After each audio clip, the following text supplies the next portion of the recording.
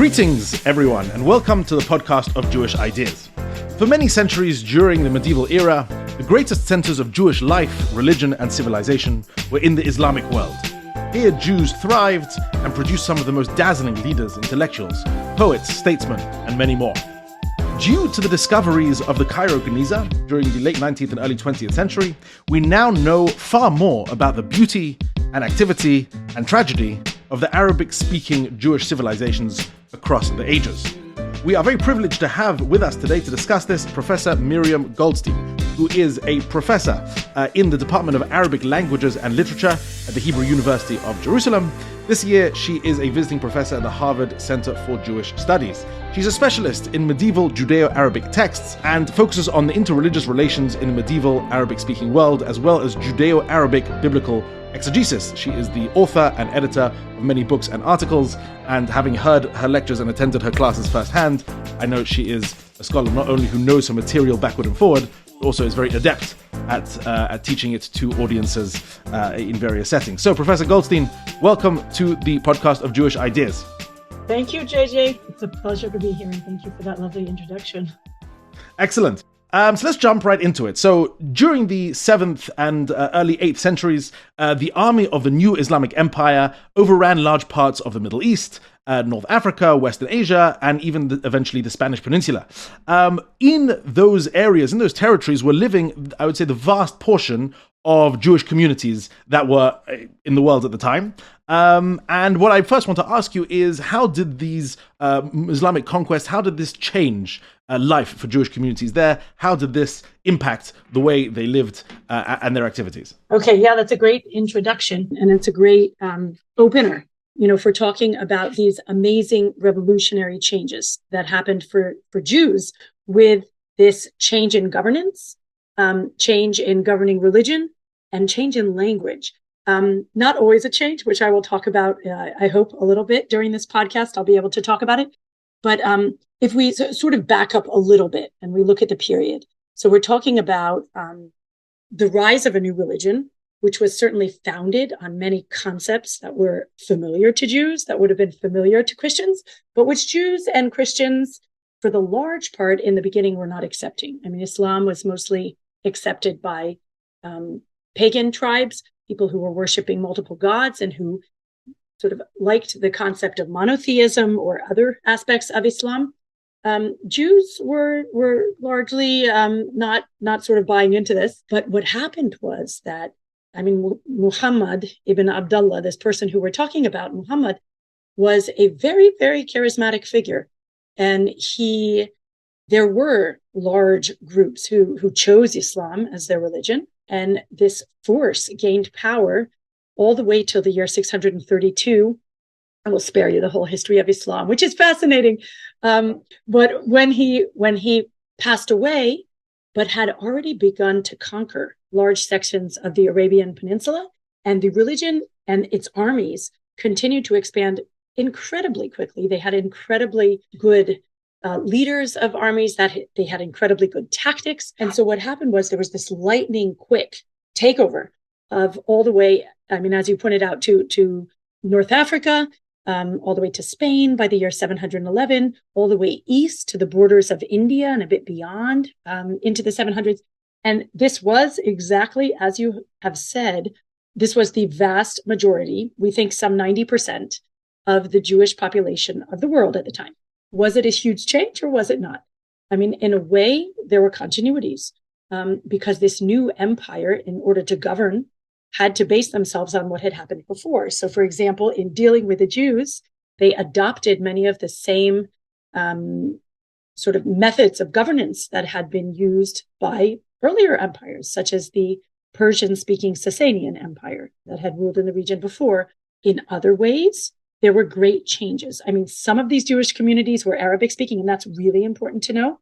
Prior to the coming of Islam, that many Jews were already using Arabic as a language of day-to-day conversation and even as a language of their Judaism, but many were not. So the arrival of new governance in some ways and a new language of governance and a new language sort of being, which took, a generation or two or three. This was a large change for Jews.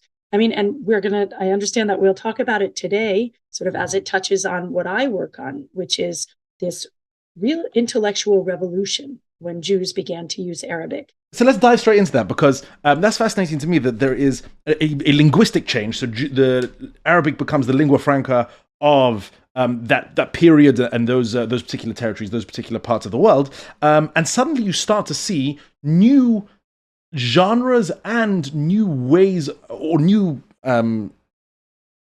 types of Jewish intellectual activity, shall we say, new forms of intellectual activity. So let me first ask, why was this change in language, and also change in governing powers, or change in governing style, let's say? How did that spark a revolution in Jewish intellectual activity? Why did one affect the other? I would frame our whole discussion and say this revolution pretty much shaped the Jewish bookshelf as we know it today. So I always describe it to my students as sort of icebergs under the surface of the ocean that maybe already melted. They're not there anymore. God forbid our icebergs should melt, right? We need the icebergs. But in any case, these are icebergs that maybe are under the surface, that are not visible, but that shaped much of what we think of as Jewish methods of scholarship today, or Jewish genres. So you mentioned two things and it's a great way to frame it. You mentioned governance and you mentioned language. I mean, so we can break them up and talk about them separately. So one is the governance. I mean, the Jew, in Fas, in Morocco, in Fez, and the Jew in Isfahan, today's Iran, would not have been connected by that much if we look at the year 500. I mean, to some extent, but, travel took a while and sending letters took a while, and they weren't in such great contact. By the time you get towards the end of the 7th century, when all of these regions have been unified under Islam, it means that Jews in far-flung communities are now ostensibly, and they are in practice, governed by the same sort of overarching Islamic government, at least at the beginning. That's the case. It splinters sort of in later centuries, but this is certainly the case in the beginning, in the first few centuries. They're also governed by the same Jewish leaders, meaning if, 3rd, 4th, 5th century, okay, the rabbis of the Talmud certainly wanted to feel that they sort of were in Babylonia, or whether in Babylonia or whether in the land of Israel, that they were sort of controlling everybody. This was, sort of the case and sort of not. And local ways of being, local methods of halakha certainly had grown up. But what happened was in the 7th century, when the Islamic authorities came into power, they decided, well, it's easiest for us to rule the way the Sasanians did, and we now rule not just in this Persian-speaking area where the Sasanians ruled. We have also taken over parts of the Western Roman Empire, all of the Eastern Roman Empire. This is a huge region. All of the Jews in this region are going to be answerable to the Geonim and the Reish Galuta, sitting by very soon in the area of the soon-to-be founded Baghdad. So it meant that, first of all, for the Islamic governors, it was easier. They could, they had two people to talk to, probably the Gaon and the Reish Galuta. And the Gaon and the Reish Galuta at that point began to consolidate their authority over regions that in earlier times could have developed lots of local customs and did. And this is one aspect, one change in the period that will bring us towards the discussion of Karaites, which a lot of my research centers on, because there was, and not just the Karaites, but I mean, we'll talk about them, I'm sure, later on, but there was dissent. I mean, who are you, Gaon and Reish Galuta, to say that I, the Jew in Meknes or in Kairouan or wherever I am in North Africa or Al-Andalus or other places, why do I have to listen to you and behave and read your Siddur and behave according to your custom? So the governance, this unified Islamic governance, brought on an attempt to unify the Jewish world. So that's the answer on the governance side.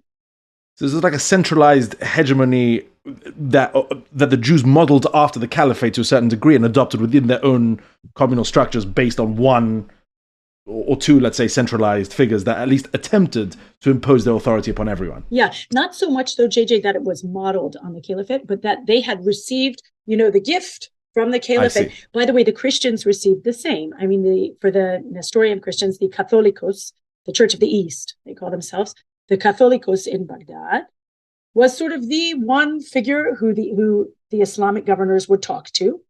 And he would sort of, via his bishops or via his other sort of lower echelons, would have control over all Christians. So they were sort of given this power by the Islamic authorities.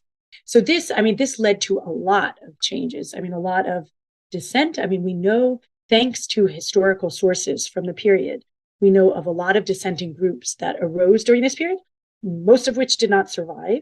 The Karaites were sort of the major dissenting group that had a huge amount of success during the period. But so this was not passed over in silence by the entire Jewish world. However, the Geonim were really successful at it. I mean, they were. Yeah. So that's the political side. Now for the linguistic side, I mean, they developed a kind of a Judeo-Arabic, as far as I know, but they also were speaking the language that was spoken by massive swathes of people across a huge empire. And I suppose that in some way fueled intellectual development. Okay. So the linguistic is the other, and it's the much bigger piece and the very important piece. So basically what happens is, first of all, I mean, it's very important to say that Arabic wasn't new to all Jewish communities. So we know that in the late 6th century, early 7th century, even before the spread of Islam, there were communities, and I wish I had my maps, but this is a podcast, but envision the map, the Tigris and the Euphrates, and sort of the northeast areas of the Arabian Peninsula and the southern areas of today's Iraq. We know that Jews of that area were Arabic speaking. Of course, Jews of the Arabian Peninsula were Arabic speaking. So we must envision. This is, by the way, based on the research of my beloved mentor, Haggai Ben Shammai of the Hebrew University of Jerusalem. So we must be aware that it is highly probable that large bodies of Jewish knowledge were already existing in oral form in Arabic. Okay, but that's just an important basic thing to say. Okay, now for the rest of the Jews, they were probably Aramaic speakers, just like the majority of the peoples east of Egypt. West of Egypt, other languages. So we talked about how the Islamic armies spread out from the Arabian Peninsula, overtaking the whole region, establishing governance, oftentimes in Arabic. And it should be said, by the way, that this Arabic-speaking governance often based itself on administrators who were native Greek speakers, native Aramaic speakers, native Persian speakers. So it was actually a very multilingual empire in the beginning. However, the official language, for the most part, was Arabic. And within a generation or two or three, it is very clear that Jews had taken on Arabic as their native language. Now, so we have to ask, how do we know this? And then what is the significance of this? So how do we know this? It's very fascinating. We have sources from the period, from the 9th century, basically where a group of Jews, anonymous, have written to Natronai Gaon, who was Gaon sort of in the mid-9th century. Just pausing, just interrupt. The Gaon is the official title of the leader of one of the Babylonian academies, essentially. Yeah, of both of them. There was a Gaon of Sura and a Gaon of Pumbedita. And they had both relocated to Baghdad at some point, in the mid-8th century, after the founding of Baghdad. Yeah, so Natronai Gaon, who is the Gaon of Sura, but sitting in Baghdad, received a letter that he responded to, and we have it in the collection edited, the amazing collection edited by Robert Brody, also of the Hebrew University, a 4-volume collection of his responsa. And this particular responsum reflects the fact that a community has written to him saying, I'm going to say this in very colloquial English, but it's in a very beautiful sort of Hebrew interspersed with Aramaic. And they said basically, hey, we can't, this Aramaic translation we're reading in synagogue, referring to Targum Onkelos, of course, which nearly, I think at that point, 100% of Jewish communities in the world were reading the Aramaic translation verse by verse, along with the Torah reading in synagogue. We can't understand it anymore. And how about we would like the opportunity to read our language alongside the biblical Hebrew in shul. And it's very clear that what they were speaking about was Arabic, and they were requesting from Natronai to be able to read some translation of Arabic. We don't know which one, but they were certainly in existence alongside their Aramaic reading. He said no. But within 2 generations of the Geonite, towards the end of the 9th century, Saadia Gaon, who was the Gaon of Sura as well, 2 after Natronai, had not only sanctioned the reading of the Torah in Arabic, but he had written his own translation. So there's a real shift there, and we feel it in other ways as well. So there's this linguistic shift where Jews are clearly no longer native Aramaic speakers, they're native Arabic speakers. Now, why is this important? I was about to ask. So glad you brought it up. As we say in Arabic, Jayatak bil haki. Okay, so I'm getting right to that. That's what I always say when students come up with the right question. So this time I came up with it. Good, JJ. So why is this important? Basically, I mean, the question is, how is this different from any Jewish language? I mean, we have fields called Jewish languages. Jews have always, adapted to the language of their environment. They've taken on, the local language. How is this different from Rashi speaking medieval French? Why is it different? Okay, so there's a huge difference. And Judeo-Arabic is a very, very singular case among the Jewish languages because of what happened in the mid-8th century in the Abbasid Caliphate. So just sort of on one leg. So the first caliphate after Muhammad's time, Muhammad was followed by 4 rightly guided caliphs. And then the Umayyad Caliphate was founded with capital at Damascus. Maybe our listeners may be familiar with some of the beautiful mosques that were built during this time. One of them is the Dome of the Rock. One of them is the Al-Aqsa Mosque in Jerusalem. Other important mosques. In the year 750, a group called Banu Abbas, the Abbasids, take over the Umayyad Caliphate and establish a capital at Baghdad. What is fascinating about this Abbasid Caliphate is that they begin a planned, well-executed, and entirely fully encompassing translation movement of many of the classical sources that had been transmitted through late antiquity. So basically, they take a look at what they're sitting on. They're sitting on this heritage in Greek, in Syriac, in Pahlavi, in Sanskrit, which contains philosophy, all of Aristotle, rhetoric, science. I mean, how else are you going to know how to control the flooding of the Tigris and Euphrates if you don't translate the Sasanian manuals that are written in Middle Persian? Meteorology, astronomy, I mean, just entire fields of study. And the Abbasids have a view, it's not just about preserving knowledge. It has to do with practicality. It has to do also with convincing people that their rule is preordained in the stars. That's why they like astronomy. There has been a wonderful book written on this topic by Yale professor Dimitri Gutas. Basically, the Abbasids were incredibly sort of well-planned and organized about this translation movement. And over the next 50 to 100 years, a vast set of texts from ancient civilization is translated into Arabic. So this means that your average Jew, who's a curious guy, and he's a native Arabic speaker, now has access to the treasures of the ancient world in his native language. So this was the revolution. So the revolution was not just in sort of assimilating to another culture and language. By the way, a culture which they were part of. I mean, it was they're part of creating what we call this Islamic culture. And it's very important to realize that the Jews and Christians who are native to the area are very much part of forming the culture that becomes what we call Islamic, so as to say that it's not just Islam. But in the 8th and 9th centuries, both Jews and Muslims basically undergo a revolution in which they have to reinterpret their scriptures and all of their religious sources on the backdrop of this unbelievable wealth of knowledge that has been and thought that has become available. I see that. That's fascinating. And I suppose one could contrast this sharply, let's say, with Yiddish, because nobody's translating Aristotle or Plato into Yiddish, at least not for many of the centuries in which Jews spoke it. So I see that Jews suddenly almost,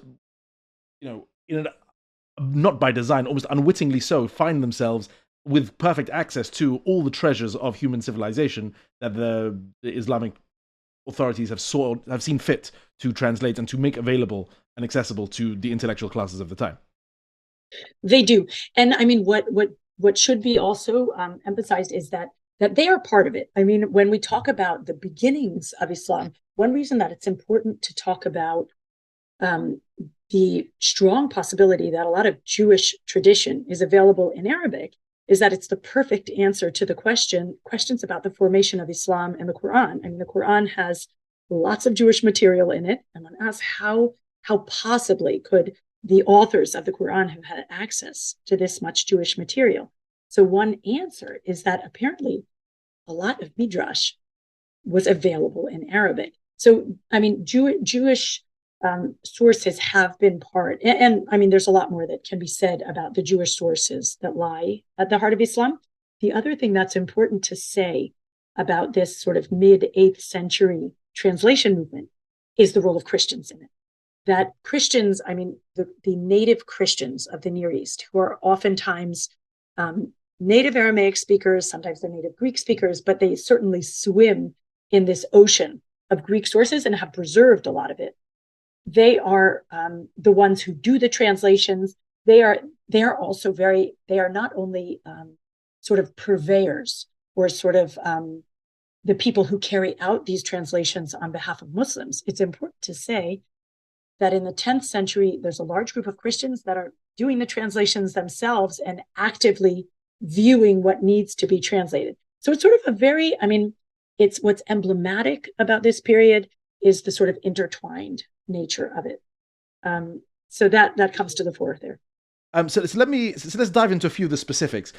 Before we go into, because I want to go into certain genres, philosophy, poetry, etc. Before going into that, however, there's one extraordinary innovation of this period, it appears to me, which is that you have the phenomenon of individuals sitting down to write a book. This seems quite obvious from our perspective nowadays. This is what authors and scholars, intellectuals do. They write a book under their own name. But of course, in previous generations of Jewish intellectual activity, typically were anthologies. Essentially, the Mishnah is an anthology of different views. The Talmud, so is the Talmud, so are the Midrashim, and various other Hechanot literature, etc. These are works compiled from several different authors over several different generations, and the editors don't seek to imprint their own unique stamp on it, and certainly don't identify themselves generally by name. And just present the texts as they are in all their multiplicity and complexity to the audience. Whereas it seems that in the Islamic world, individuals start writing books. Is this, am I onto something? Yeah, you're definitely onto something here. And this is part of the revolution. So, I mean, basically we can start off from where we ended in the previous section when we talked about the translation of this huge this body of ancient sources, the treasures of the ancient world, which were certainly authored. So what's important also to say, and you've done this, you carefully talked about Jews. So if we look back, for example, at Christian history, in Christianity, the author has existed from the beginning, right? So in the 2nd century, we have the church fathers who are certainly writing in their own names. So for Jews, this is certainly something new. And always when I talk about this, sometimes with audiences, they say, oh, but what about Philo? Yes. Philo and others were a part of Greek culture where the author existed. However, when we talk about canonical Jewish literature of the time, you've said it. We have group projects. We have anonymous. We have pseudonymous. God forbid in the 8th or 9th century when Pirkei de Rabbi Eliezer is written, you should say who wrote it. No. It was Rabbi Eliezer. So what changed? So basically, and we can see the glimmerings of this in our manuscript sources from the period. So, of course, we don't have that many sources from the 9th century. The real wealth of sources has survived from the 10th century. But already in the 9th century, we can see the beginnings of this kind of authorial revolution. And my mentor from the Hebrew University, Sarah Strumza, has written wonderfully about this. And of course, many have worked on the actual texts that sort of populate this transition from group authored works or group collected works to the individual authored composition, which is certainly comes to the fore in the 10th century. So another interesting thing that can be said about this authorial change is that it did take time to become accepted sort of by the majority. And this goes back to Saadia Gaon, who we mentioned before. Certainly the individual authored composition exists before him. We have certain works on philosophy, we have certain works of Bible exegesis represented from the 9th century. But one of the important figures who sort of turned this into the way things were going to continue from within the religious establishment was Saadia, because he was the first of the Geonim to begin to use Arabic for composition. And he was the first to begin not just writing responsa, but to write individual compositions devoted to particular topics. So first of all, he was a great exegete, and he wrote individually authored works of exegesis. But people had written those before. We do have them from the 9th century, but Saadia really made this. I mean, it was like an entire plan. And you can see that he did so for large parts of the Torah, not everything. Like I'll give you an example. He didn't comment on the entire book of Genesis. He only did the first half. This was like the way you did things then. You did the first half, and he did the first half of Shmot. Yeah. And he did all of Vayikra in a very interesting way. And then he would do individual books that were sort of liturgical import. So he did, like, for example, Tehillim, or he did Iyov. Okay, no liturgical import, but I guess theological import, and other books as well, Mishlei. It's okay if I use words in Hebrew? Yeah. I mean, yes, 100%. Okay, so to get back to the idea of the author, so Saadia was very much, Robert Brody calls him the conservative revolutionary, because he was conservative in that he was trying to preserve Jewish tradition, against inroads made by the Karaites, who we will talk about more, I'm sure, against inroads possibly made by, it was a polemical period, Islam, Christianity, and Jews were familiar with this stuff. And he had to bring in, he was dealing with a cosmopolitan audience in Baghdad who could read. Why should they read his work on Bereshit if they could read Al-Kindi, on the philosophy of the natural world? So he had to incorporate this stuff in what he was doing. So Saadia was really one of the major figures in bringing this authorial revolution into the walls, very much, of the yeshiva. And another thing that just I would add about this authorial revolution is that it shaped a Jewish work as we see it. I mean, do you need a preface? Of course you need a preface, a muqaddimah in Arabic, of course, because there, by the way, on the backdrop of Syriac and Greek precursors, the author will present himself. Why has he written? What does his work consist of? What are the predecessors he needs? I mean, there's sort of like a laundry list of elements that must be in a preface. Another really important one can almost, and I challenge our listeners, pick up, for example, anything you have on the shelf, Chovot HaLevavot, Guide to the Duties of the Hearts by Bahya ibn Pakuda, which, by the way, was one of the first works translated into Hebrew once we leave this golden age of Arabic. But you can pick out the authorial tendencies of these works. I mean, the author is aware of his audience, and he speaks to his audience directly. He tells you what he's told you. He tells you what he's going to tell you. He references other works of his. I mean, there's an entire apparatus of this authorial approach that comes to be part of writing. Much more self-aware, self-reflective. But let me focus a little bit on the rise of philosophy, because it's something you mentioned. Saadia Gaon certainly was an innovator there as well. So there are a couple of things which I want to ask. The first is going back to the language, to Arabic. Was there, because the great works of Jewish philosophy in the medieval period, Saadia Gaon's Sefer Emunot V'Deyot, as translated in Hebrew, Book of Beliefs and Opinions, to Maimonides' Guide for the Perplexed, to the Chovot HaLevavot, as you mentioned there, to Yehuda Halevi's book, The Kuzari. All of these were written in Arabic, which is interesting and curious. And it's interesting because I did my undergraduate degree in Hebrew, and I noticed that the Hebrew language, certainly as we have it today, is curiously ill-equipped to deal with Western philosophy as we have it, curiously infelicitous when it comes to trying to discuss philosophical texts. And what I want to ask you is, was there something in the Arabic language, or did the Arabic language correctly and fully imbibe a sort of philosophical vocabulary such that, was that the reason why Jewish philosophy began to be written in Arabic? What was it about the Arabic language that made Jewish intellectuals turn to that as a vehicle for writing down their thoughts? Yeah. Okay. I love that question. First of all, they wouldn't have chosen anything else. So what were the options that they had available to them? It's still, I love Hebrew, the question. Don't get me wrong.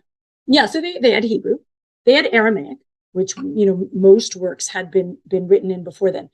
The interesting thing is that because of this translation, Abbasid translation movement that we talked about, Arabic wasn't born with this philosophical terminology, but it had developed.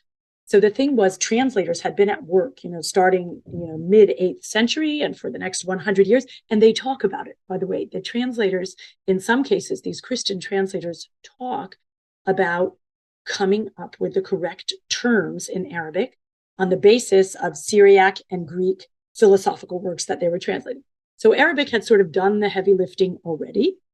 And then, it had become, I think it wasn't a question specifically about philosophy. It was just sort of, once Saadia made his revolutionary step of writing Bible commentary, theology, grammar, Saadia wrote a work of grammar as well, in Arabic, it was like there was no question anymore. The Arabic was the language in which you were going to write.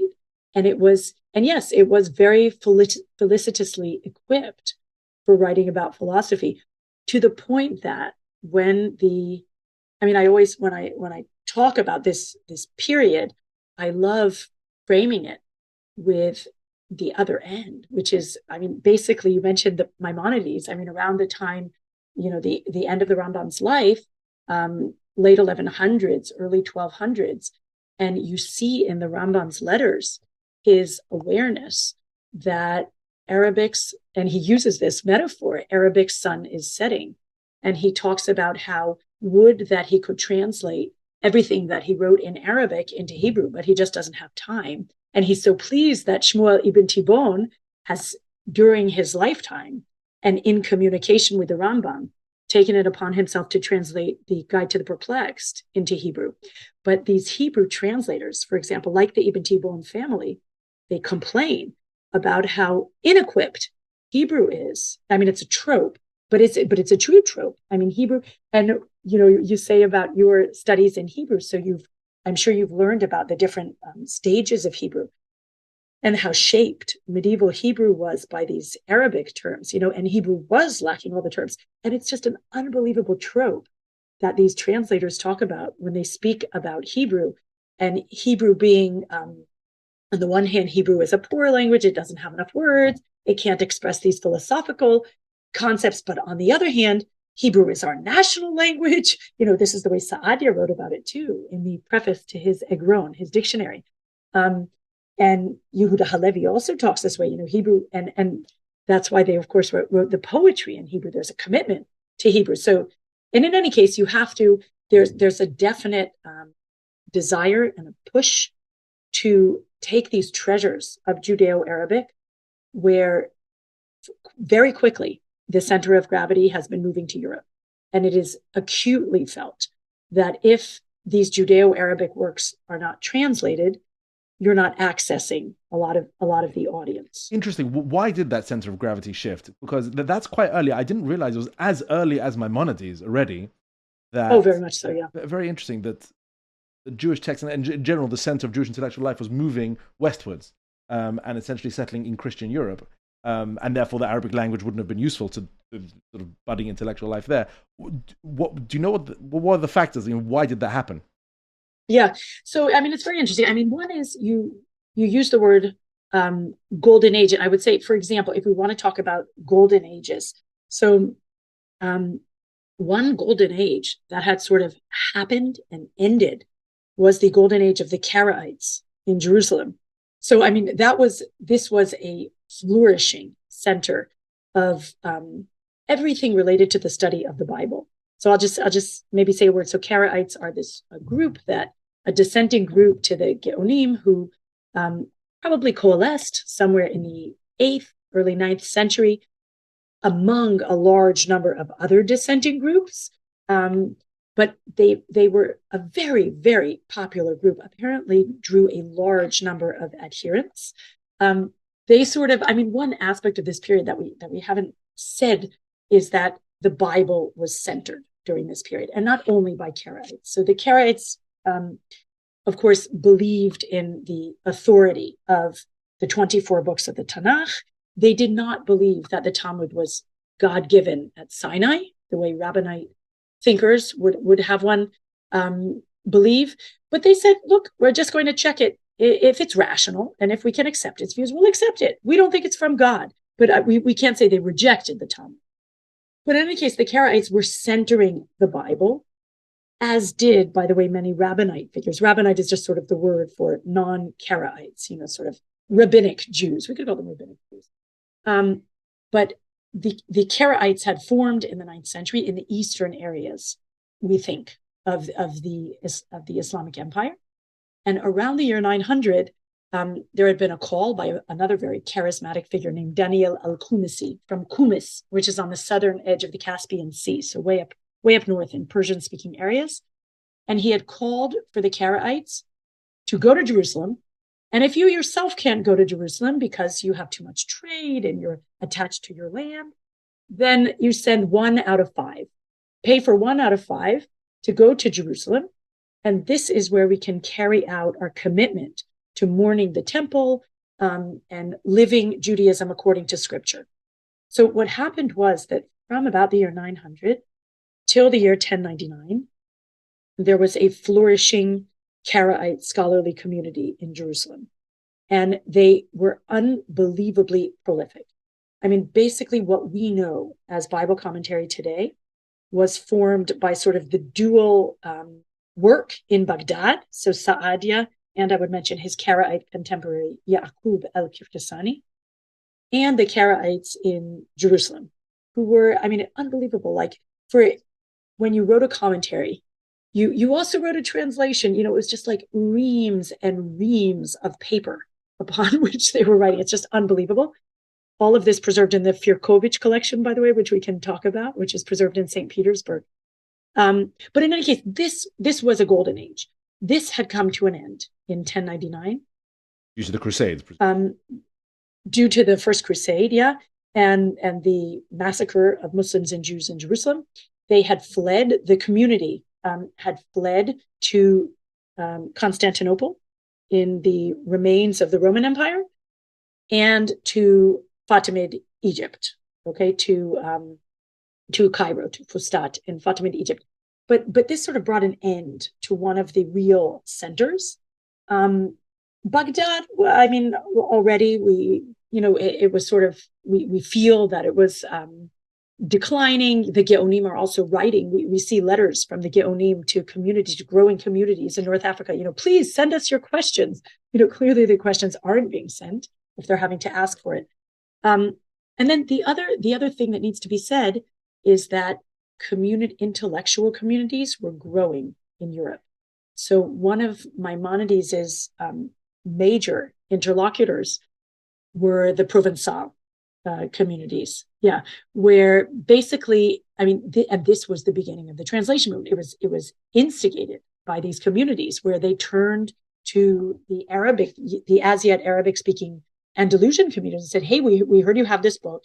Specifically, the first one they asked for was Guide to the Duties of the Hearts, Al-Hidayah ila Fara'id al-Qulub, and Chovot HaLevavot. And they said, "We heard you have this work. The year was, somewhere around 1161. Can you translate it for us?" And that was the beginning. And then they commissioned these works. And they had this as Godfreudenthal of Paris has said it well, they had this gusto for philosophy, and they began to grow in their own right. And so it was sort of like this natural shift where these new schools were arising in Europe. And Maimonides says, at the end, I'm really sorry that I didn't write Pirush HaMishnayot in Hebrew, because he says because everybody should read it. Everybody should be able to read it. That's how we think what he said should be understood. I certainly join in Maimonides' recommendation. Everyone should read that book. But let's go back to something you were saying before, but specifically Bible exegesis and the rise of biblical translations and accompanying commentaries. So this is obviously something to a certain degree an innovation, but also to a certain degree not, because of course prior to Islam you have many collections of Midrash. Some of them are preserved in the Babylonian Talmud and Jerusalem Talmuds and others elsewhere in collections of Midrash. But there were presumably new characteristics, innovations that Arabic-speaking Islamic Jews or Jews living in Islamic periods and lands had within their biblical commentary. So, what was new? What did they do differently to their predecessors? Yeah, absolutely. Yeah, that's great. Yeah, so definitely. I mean, we are aware of the continuities, and we see that Jewish Bible exegesis obviously is not new.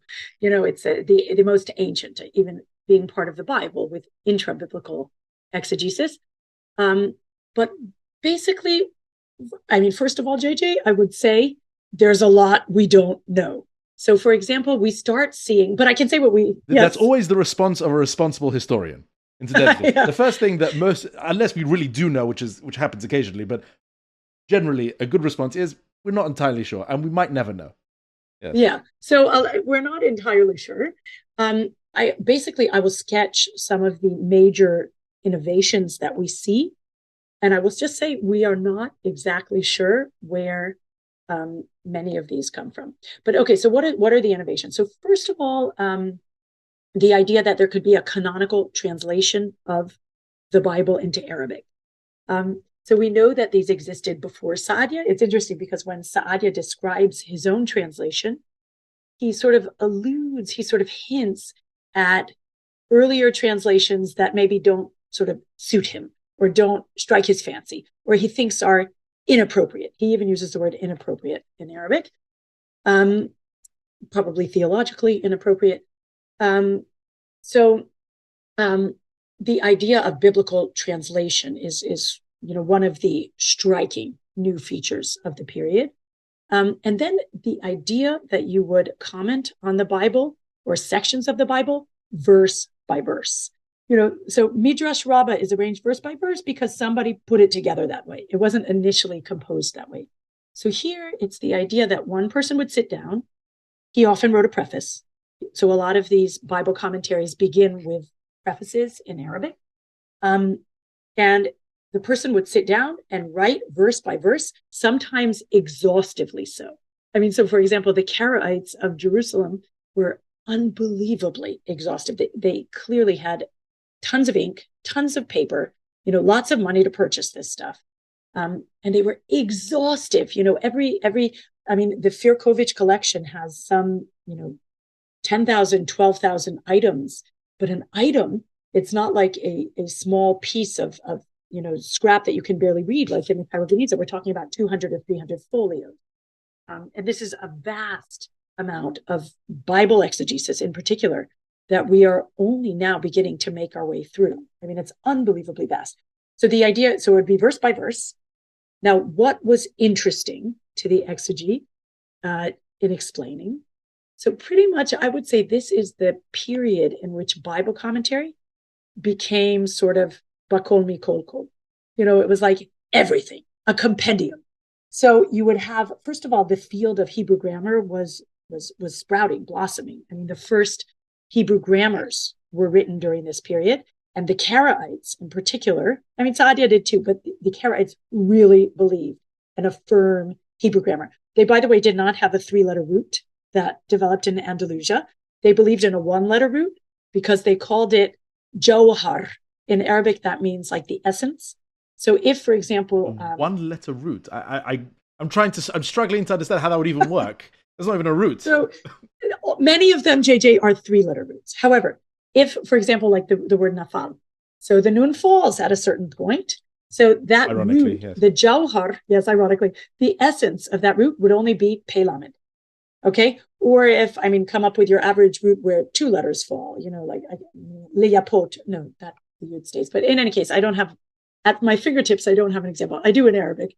But if only 1 letter remains, that was the essence, the jawhar. But in any case, it doesn't matter. So Hayuj came up with the 3-letter root and we sort of stayed with that.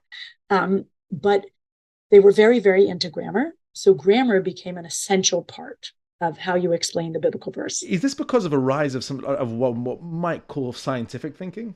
Yeah. There was, the field of linguistics had come into being, and Jews were reading that. And we know that because among the 10th century Karaites, there was one amazing linguist who is Abraham ibn Ezra's Jerusalem grammarian. Hamidakdek HaYerushalmi of Abraham ibn Ezra is a Karaite from Jerusalem named Abul Faraj Harun, Aharon ben Yeshua. Is that why he doesn't identify him? Could be, although, well, the truth is he mentions a lot of other Karaites by name. So he mentions Yefed and Yeshua, but I'm not sure why he doesn't mention him by name, but he praises, even in his preface, he praises his grammatical works. But anyway, Abul Faraj Harun, this guy, Aharon ben Yeshua, you can tell by his writings that he's completely conversant with everything that's going on in linguistics in Arabic. He's not just focused on the Hebrew grammar and the morphology of Hebrew. He has these broad things he says about like the origins of language or about the use of metaphor. And he applies it. He, of course, applies it all to the Tanakh, but he's incredibly well read. And he's not unique. He is unique, but he's not unique in that way. Because of this seamless sort of being with external intellectual culture, this is what you had to be reading. And this is what they did read. And this was the case, up to and through Maimonides. This did begin to change in later centuries. But in this period of sort of where Arabic was a majority language for the Jews, scholars were incredibly conversant with the surrounding Arabic literary culture. That's fascinating. And that actually is something, it parallels something that I've been studying and thinking about and will probably write on one day, which is the similar explosion in the mid to late 19th century of biblical exegesis and new canonical works of biblical, of Parshanut, of biblical commentary. Yes. Along the same lines. In other words, this was a new generation of Jews who were struggling with, who were contending with, let's say, new waves of biblical scholarship coming in from outside, and again using biblical scholarship as a form or forum in which to talk about theology and to talk about, the new science of linguistics and to talk about everything that needed to be talking about. It's very interesting that seems to have occurred to a certain degree also at the height of the Arabic Jewish civilization as well. Yeah, although I think there is an important distinction, which is like, for example, when you read Midrash. So Midrash is clearly, often, if we're allowed to say this, not to be insulting in any way to weighty scholars who wrote the Midrash, but Midrash is often a pretext. Yeah, they just want to get in certain thoughts. So the Midrash or the explanation of the text is a pretext. How could you possibly say such a thing? Right. But in the case of Judeo-Arabic, the truth is, I do think that what was lying at the heart of what they were trying to do was to explain the biblical text most fully. I don't think they were trying to create a compendium, but they just, it's not that they were trying to create an encyclopedia. Sometimes they were, and we can talk about that, in a genre called the Hexameron, built around the 6 days of creation. And that sort of was an encyclopedic work. But I think when they were interpreting the text, they believed these were the tools you used to explain the text. And the interesting thing is that a lot of the new methods that they were using, for example, verse by verse, like, okay, who thought of that first? So that's one of the things that we don't really know why Jews in, the 9th century we see the first verse-by-verse commentaries in the 9th century began interpreting verse by verse. Maybe they saw what we think is that's what they saw Christians doing. And we have actual direct lines of sort of relationship between Christian Bible commentaries and Jewish Bible commentaries in the 9th century. Some, like not a huge amount, not enough to populate that with a definitive yes, but we definitely have certain lines of communication that are clear and that we know that Christian methods of Bible commentary or genres shaped Jewish genres. So, I mean, one other thing I would just say, JJ, is in terms of terminology, oftentimes there are terms coming in from philosophy or from rhetoric or from theology, and they're oftentimes, whereas the Quran and the Torah are very different books. You know, the Quran and the Tanakh, very different books. Like in terms of exegesis, there isn't that much similar going on in terms of sort of exegesis as a whole.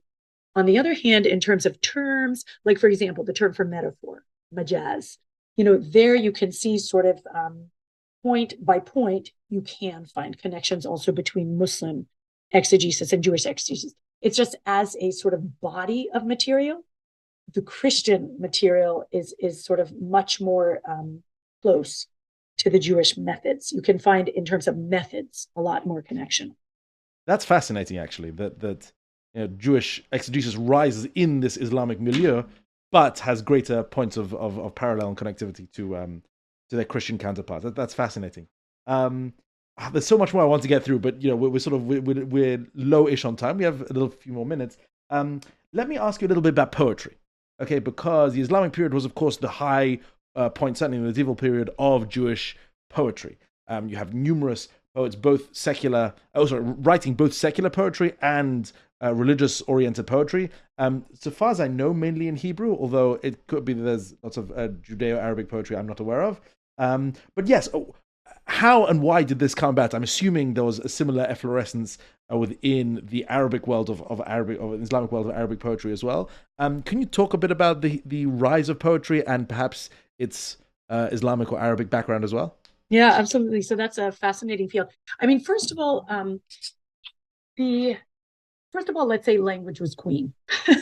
And this is a sort of important language was king and queen. And this is a very important feature. I mean, sort of the Jew who was a native Arabic speaking Jew. And you mentioned, you know, is Judeo-Arabic different? Is it the same? I mean, Judeo-Arabic is just a slightly, when you write it, it's a slightly more relaxed form of what we would call literary Arabic. So it's still, the writer of Judeo-Arabic is still like your, you know, other scholarly Arabic writer. He's very proud of the way he uses his Arabic. He's a believer in using language in an eloquent and beautiful way. So language is a very, very important tool in this period. Now, Jews had this national commitment to Hebrew. So you're certainly right that in the field of poetry, even a native Arabic-speaking Jew who wants to be a poet and can be a poet would choose Hebrew. Now, so if we sort of look at the field of poetry, so we have this, you know, very vast field of liturgical poetry that precedes the coming of Islam and that Jews know about.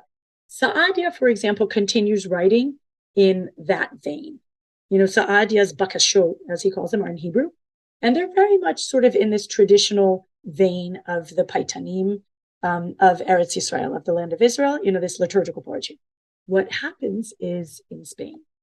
And in Spain, whereas scholarly writing would have taken place in Arabic, just like, you know, it did in the East. And I do hope that one thing that our listeners take from this conversation is the importance of what happened in the East, in the areas of, you know, today's Iraq, today's land of Israel, today's Syria, today's Egypt, and not always sort of run to the golden age of Spain, which was later.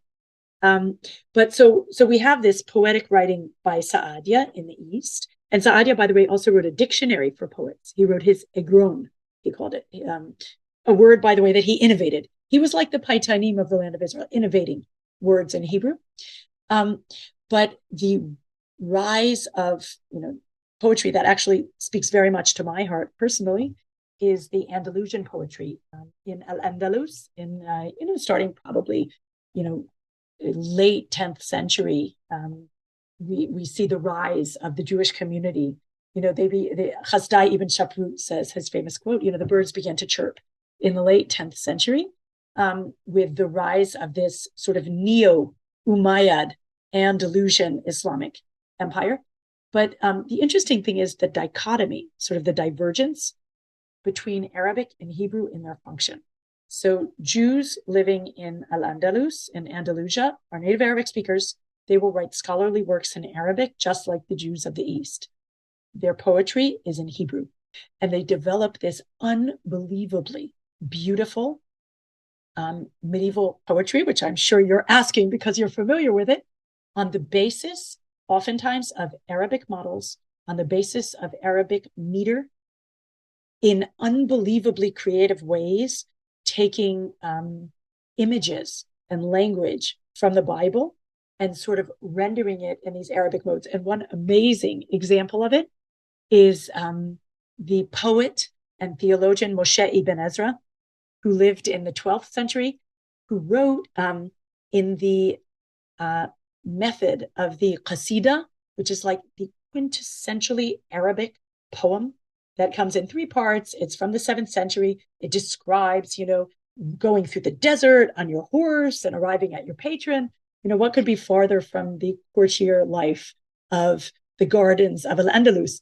And he writes these qasidas, using biblical language. I mean, it's just they accomplish these creative transformations. Yeah, sort of merging their surrounding Arabic Islamic culture with the Hebrew of the Bible. It's a fascinating creation. It is. I mean, it is beautiful, and it's also, again, it testifies clearly to a certain creativity or perhaps a duality within the minds of these people. Because, as you say, the poetry, the ideas of the poetry, the forms, the accompanying themes, let's say, are drawn from their Arabic surroundings, but they remain steadfastly loyal to writing in Hebrew. I find that fascinating. As opposed to, let's say, their philosophy, as opposed to, some of their other intellectual works, poetry seems to have a kind of, is it an aesthetic quality or a purity, or there's something in poetry that demands Hebrew, and Yes. as opposed to Arabic. Yes, poetry was special. And it very much, there was a divergence of roles. Yeah, Arabic for everything else, for Hebrew, or even, I mean, for poetry, but also like for the sort of floral beginnings of letters, Hebrew. It wasn't just poetry, any sort of ornate prose, Hebrew. And that was expressing your national commitment to your national language. And many people saw it that way. And also, perhaps, if I may put a suggestion, which is that, if Hebrew was primarily the language of religion, of religious services and liturgy and other such things, so then perhaps they saw that as allied to a kind of poetic sensibility. In other words, I mean, again, this is sort of taking a kind of Yehuda Halevi approach, where you sort of drive a wedge between religion and, let's say, something like philosophy, which you saw something much more technical, scientific, technocratic on one side, and that was the language that was apt for, let's say, something like Arabic, which was the major language of that sort of thing. Whereas something as beautiful or as soul-touching as religious liturgy and also poetry it seems to have been lumped together in their minds. Those aesthetics belonged in the religious camp to a certain degree. Yeah. And by the way, JJ, we're often, it was often not an artificial blending. I mean, often the poetry was part of the liturgy. So we have to remember that a lot of this was religious poetry, and it was serving a religious function. I want to sort of ask something, which is that it seems to me that Jews received a reputation, both during this period and also much later in Europe, as what might be called today cultural couriers. In other words, because they were very mobile, at least some Jews, because communities and individuals frequently moved from place to place, and they spoke multiple languages and they did business in multiple areas, they brought ideas, texts, etc., from one culture to another. For example, I read a while ago, that Avram ibn Ezra, I think, was responsible for bringing the idea of a decimal place into Christian Europe. That apparently he took that from Islam, brought it into Christian Europe, and that's how the decimal place system proliferated within Europe. Is there something to that? Is this a sort of a trope or does this have real historical roots? Is this something that Jews played a special role with, sort of sandwiched in between these two massive civilizations of Christendom and the Islamic Caliphate? Well, I thought when you asked the question, though, you meant within the Arabic speaking. So really both. You're right. You're right. I'm yes. The question applies to both. In other words, did Jews function that way within the Islamic world and also between the Islamic and Jewish world and Christian world as well? Okay. Look, I think we can talk about it in two ways. I mean, certainly when we talk about the Arabic speaking sphere, it's really, really important to realize the extent to which this sphere was Islamicate. And, that's Marshall Hodgson's term, the historian, and not just Islamic, that really we are talking about an intellectual culture where, I mean, yes, non-Muslims did not have the same status as Muslims, but they nearly did. And in terms of the intellectual life, they really were full participants. And even, I mean, caliphs even sponsored these things called majlis, like where you literally, yeshiva, where you would sit and you would talk and they would discuss and there would be common topics, and you weren't allowed to bring in scriptural quotes because that wasn't fair for here. You had to talk only on the basis of shared conceptions. So very much there, I would say we're already talking in the Arabic speaking spheres. We're already talking about such an intertwined intellectual world, at least during the centuries that we've been talking about. In terms of Jews being couriers between the Islamic world and Christendom, I mean, Jews did play an important role in, like, let's say if we talk about this vast mass of late antique traditions that had been translated into Arabic. So yes, I mean, Jews, Muslims, Christians were using this in Al-Andalus. Jews were translators of some of these works into Hebrew and then into Latin. Jews did play some sort of a role there.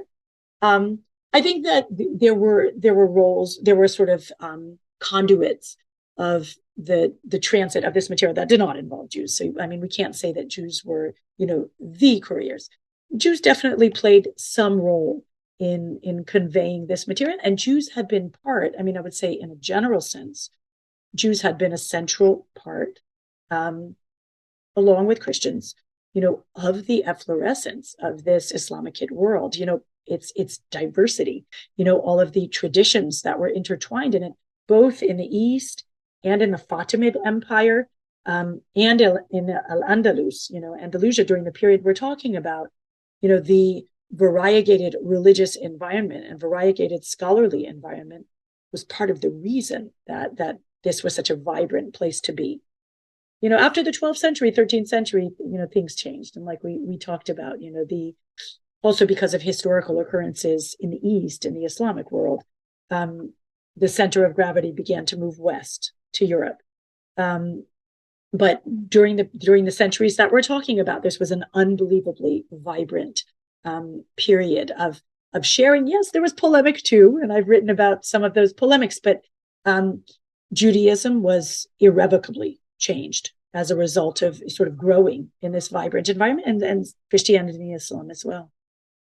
So, Professor, we have spoken about many fascinating figures today. And just to end off, I want to ask you a fun question, which is, of all of them, who would you take to dinner? Gosh, I think probably, I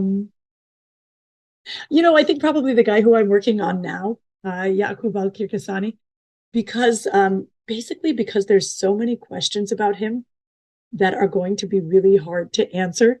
So Qirqisani is a Karaite contemporary of Saadia who lived in Baghdad, who wrote unbelievably amazing works. He wrote a book called the Book of Lights and Watchtowers, Kitab al-Anwar wal Maraqib, that has come out only in Arabic. It's little bits have been translated into English, but not enough. But it's sort of a theological, polemical, halachic compendium for the Karaite Jew. Now I'm working on his Torah commentary, which is called the Book of Gardens and Parks, Kitab al-Riyad wal Hadaiq. But basically this, he doesn't go exactly verse by verse. He does the topics he wants to talk about. So it's not like tediously long verse by verse, but he has an unbelievable number of anonymous views that he quotes in it. And I think if I could sit him down at dinner, I would just say, you've got to tell me, are some of these Christians? Which of these are Karaites? Where did you hear all these views? So I would like to, we don't even know, did he have a family? Was he married? Did he have kids? We don't even know the first things about his personal life. So yeah, probably him. And we could speak Arabic, and I'd hear his Iraqi Arabic also. That would be great. That sounds like a worthwhile evening, to be sure. Okay, Professor Miriam Goldstein, thank you so much for coming to the podcast of Jewish Ideas. Thank you so much for talking with us today. This has been a pleasure. Thank you, JJ, for me too. It's been a lovely hour.